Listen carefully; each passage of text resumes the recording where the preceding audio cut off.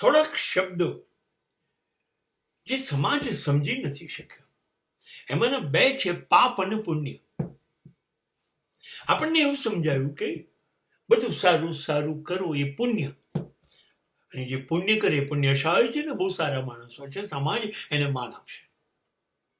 અને જે ખોટું કરે, ના કરવાનું કરે, સમાજ વિરોધી કરે, એ પાપી, એ પાપ કરી રહ્યો છે. સમાજ એને માન નહીં આપે, સમાજ એને સ્વીકારશે નહીં. આપણે આ સમજ્યા નથી. કારણ શું?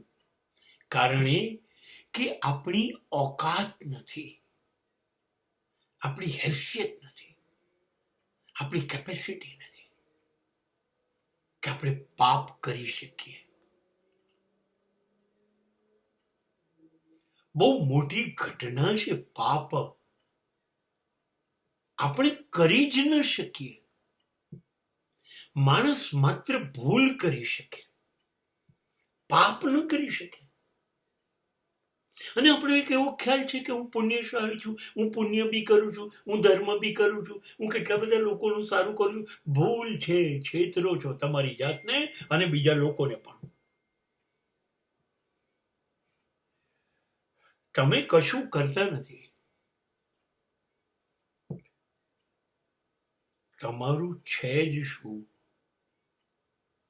તમે શું લઈને આવેલા?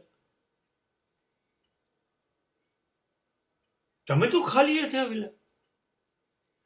તો અહીં જે કંઈ મળ્યું એ તમને કોઈકે આપ્યું છે. જન્મ, જીવન, બધું લોકોએ આપ્યું છે. તો તમારી અંદર જે વધ્યું, તમારી અંદર જે ઉમેરાયું, એ તો સમાજે આપ્યું છે, લોકોએ આપ્યું છે. અને એ તમે કોઈને આપી દો છો, કાં તો એમાંથી કશું આપી દો છો. અને હવે તમે મોટાભા થઈને ફરો છો કે હું બહુ પુણ્યશાળી છું. નહીં, you are second hand donor, you are not first hand donor. તમે પહેલા નથી.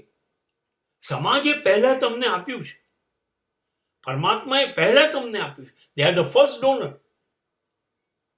And you are giving something, some part of that. એમાંનું થોડુંક તમે કોઈને આપો છો અને બધું જસ તમે લો છો. એટલે નથી તમે પુણ્ય કરતા, કેમ કે તમે કોઈનું જીવન બદલી શકતા નથી, કંઈ કશું સારું કરી શકતા નથી. તમારી તાકાત નથી કોઈની જિંદગી બદલવાની. તમે ખોટો જસ લેવાનો છે. અને એવી જ રીતે તમે માનો છો કે તમે પાપ કરો છો, તમે ખોટું કરી શકો છો. નહીં નહીં, તમારી એટલી હેસિયત પણ નથી. તમે પાપ પણ ના કરી શકો. આવા કોઈ કોન્સેપ્ટ નથી. ખ્યાલ એટલું જ છે કે તમારી અંદર આત્મા એ જ પરમાત્મા, એવું છે? જો જવાબ હોય હા, તો તમારો આત્મા જે બાબતમાં રાજી થાય, હા પાડે, એ પુણ્ય.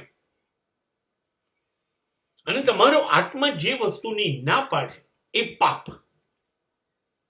આત્માની વિરુદ્ધમાં જાઓ છો તો તમે પાપી બનો છો.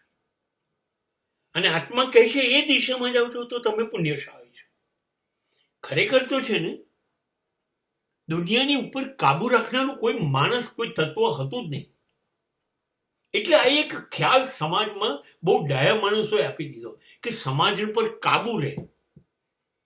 નહીતર તો કાં તો લોકો બેફામ ખોટું કર્યા કરશે, કાં તો સાચું કરવાનું ભૂલી જશે. એટલે એક એવું ઘડી કાઢ્યું, એક ડર પેદા કર્યો, એક લાલચ પેદા કરી કે જે સારું કામ કરે એ પુણ્યશાળી છે, એને સ્વર્ગ મળશે. અને જે ખોટું કામ કરશે એ પાપી છે, એને નર્ક મળશે. એક ડર બેસાડી દીધો. એટલે સમાજને કાબુમાં રાખવા માટેની જે વ્યવસ્થા છે, જે ઘડી હશે, જે ડાયા માણસોએ, એને આપ્યું નામ પાપ અને પુણ્ય. બાકી નથી પાપ અને પુણ્ય, કે નથી સ્વર્ગ અને નર્ક.